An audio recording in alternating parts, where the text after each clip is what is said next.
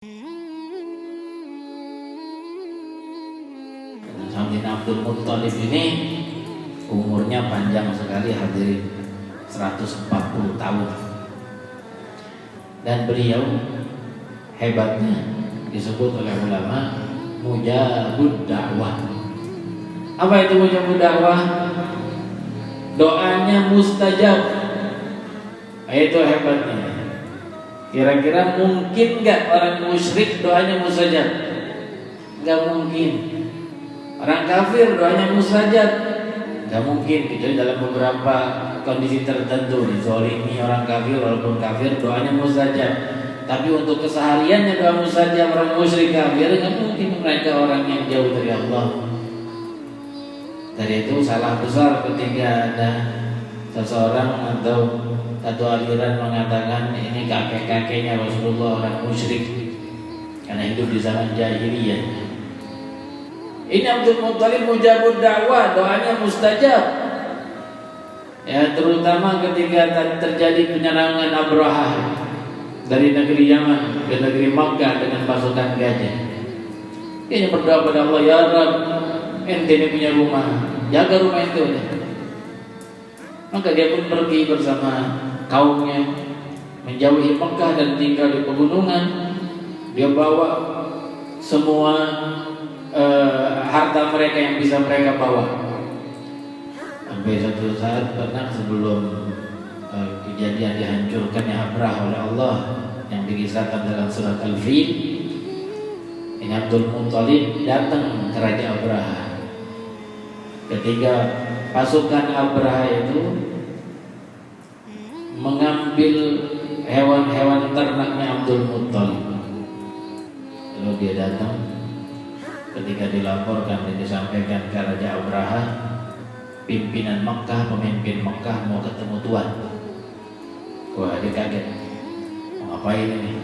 Pasti mau negosiasi. Jangan sampai diserang Mekah dan sebagainya. Ketika datang Sayyidina Abdul Muttalib dan di dalam dirinya ada nur dan cahaya Nabi Muhammad sallallahu alaihi wasallam. Disebutkan bahwa cahayanya ada di wajahnya, sehingga wajahnya begitu wibawa. Ketika masuk ke ruangan Sayyidina Abdul Muttalib ini, Abrahah melihat wibawanya Sayyidina Abdul Muttalib sehingga dia segan. Dia segan dengan wibawa itu. Pertamanya dia duduk di atas singgasananya nih Abrahah. Dia pikir kalau dia bagi tempat di singgasana, karena dia nggak bisa kalau melihat orang sewibawa ini ditaruh di bawah, maka dia ingin menghormatinya. Tapi nggak, di samping itu dia nggak mau ingin menjatuhkan harga dirinya. Kalau bagi tempat di atas singgasana ini duduk berdua nggak mau. Masa Raja Abrahah, pemilik kekuatan bala tentara yang besar ini mau bagi tempat, bagi kursi, bagi singgasana dengan penguasa Mekah yang cuma punya otak. Lalu akhirnya ujung-ujungnya bagaimana jalan keluarnya? Akhirnya dia turun ke bawah, duduk sama-sama di bawah bersama Abrahah. Wibawanya Sayyidina Abdul Muttalib membuat Abrahah turun dari singgasananya dan duduk sama-sama dia di bawah. Kemudian dia pun bertanya kepada Abdul Muttalib, ada apa engkau datang, ada hajat apa? Kata Abdul Muttalib, aku gak ada hajat lain kecuali mau ngambil ontaku yang kalian ambil. Cuma itu, kau pemimpin Makkah, kau cuma datang untuk mengambil ontaku. Ya cuma itu. Lalu dia pun pulang dan pergi ke gunung bersama kaumnya untuk menyelamatkan diri, karena dia tahu, dia yakin bahwasanya Allah Ta'ala akan menjaga rumahnya sendiri.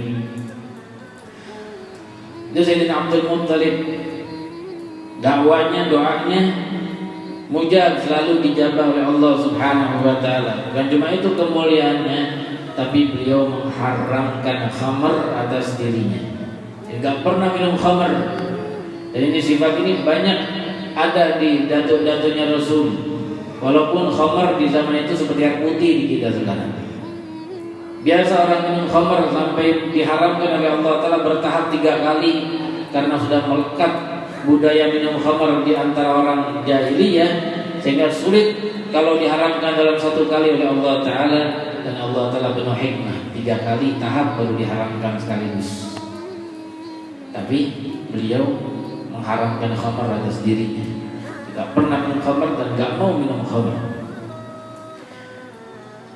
Sewaktu kita baca sejarah Nabi, kita tahu Rasulullah sebelum diangkat menjadi Rasul, beliau terkadang atau seringkali bertahanus di goa yang disebut dengan goa Hira, di mana beliau menerima wahyu pertama di situ.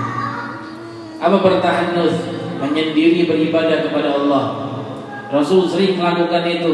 Goa Hira tinggi di atas. Yang pergi haji pasti tahu bagaimana tingginya, capek ke atas itu. Ya, kalau udah mulai kayak saya udah susah naik ke atas. Udah capean duluan di jalan olahraga. Udah kecapean duluan karena tinggi ke atas. Tapi Rasul sering bolak-balik dari rumahnya di Makkah menuju Gua Hira, lalu bertahanus di situ beberapa malam, habis perbekalannya, turun lagi ke rumah, ambil perbekalan, naik lagi ke atas, bertahanus, menyendiri beribadah di situ. Rupanya ini kebiasaan ibadah ini, kebiasaan ini yang mulia tentunya, yang baik ini adalah warisan dari Sayyidina Abdul Muttalib. Karena beliau yang pertama kali bertahanus. Jadi kalau ditanya siapa yang pertama kali bertahanus menyendiri beribadah, Sayyidina Abdul Muttalib. Sehingga kebiasaan itu diturun kepada cucunya ini, dan Rasulullah mengikutinya sampai kemudian dimuliakan Allah dengan wahyu di gua tersebut. Kalau sudah masuk bulan Ramadan, Abdul Muttalib ini naik ke atas bukit, lalu kemudian memberikan makan burung-burung yang